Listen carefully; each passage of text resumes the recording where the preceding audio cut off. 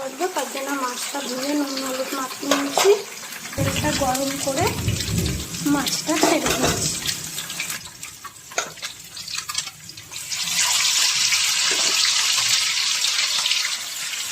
মাছগুলো একটু ভেজে নেবো কড়া করে। মাছটা আমার ভাজা হয়ে গেছে, এইটুকু কড়া করে ভাজবো। তুলে নিচ্ছি।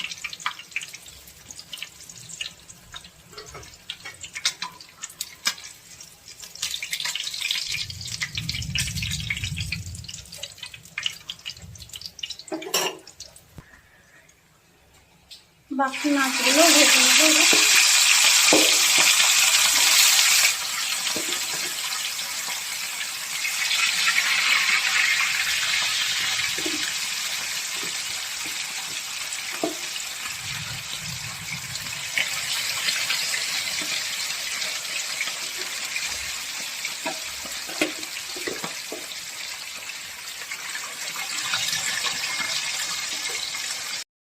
দোল মাছটার জন্য আমি একটু আদা পেঁয়াজ আর একটু কাঁচা লঙ্কা পেস্ট করে নেবো একসাথে।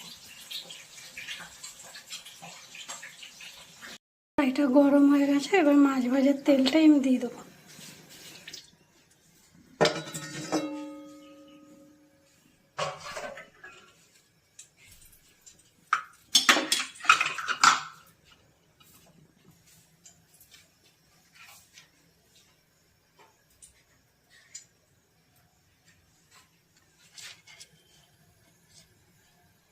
ফোড়নে একটু গোটা গরম মশলা দিয়ে দেবো। আর আগে থেকে আদা আর পেঁয়াজ কাঁচা লঙ্কার পেস্টটা করে রেখেছিলাম, ওটা দিয়ে দেবো।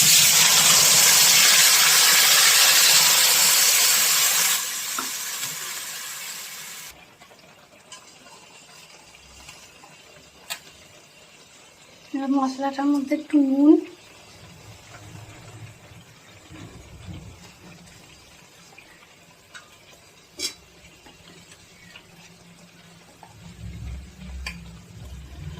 অল্প একটু হলুদ,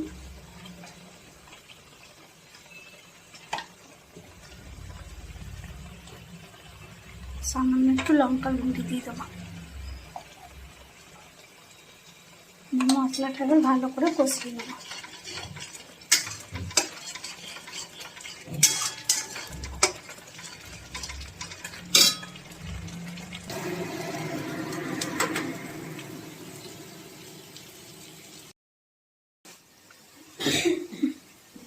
মশলাটা আমার কষা হয়ে গেছে, এবার দুধটা দিয়ে দেবো।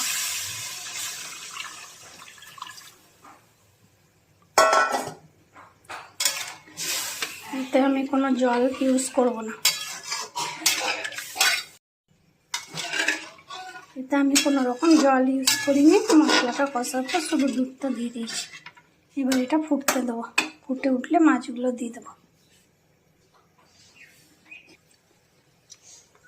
ঝোলটা আমার ফুটে উঠেছে, মাছগুলো দিয়ে দেবো।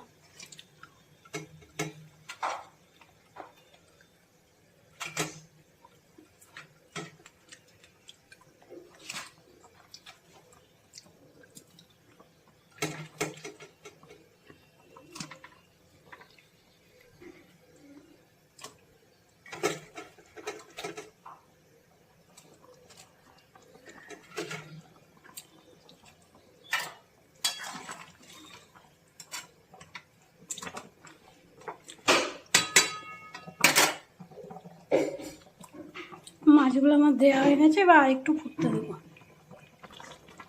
আমার মাছটা হয়ে গেছে, আমি একটু ঝোল ঝোলই রাখবো। আপনারা আপনাদের আন্দাজ অনুযায়ী ঝোলটা রেখে নেবেন।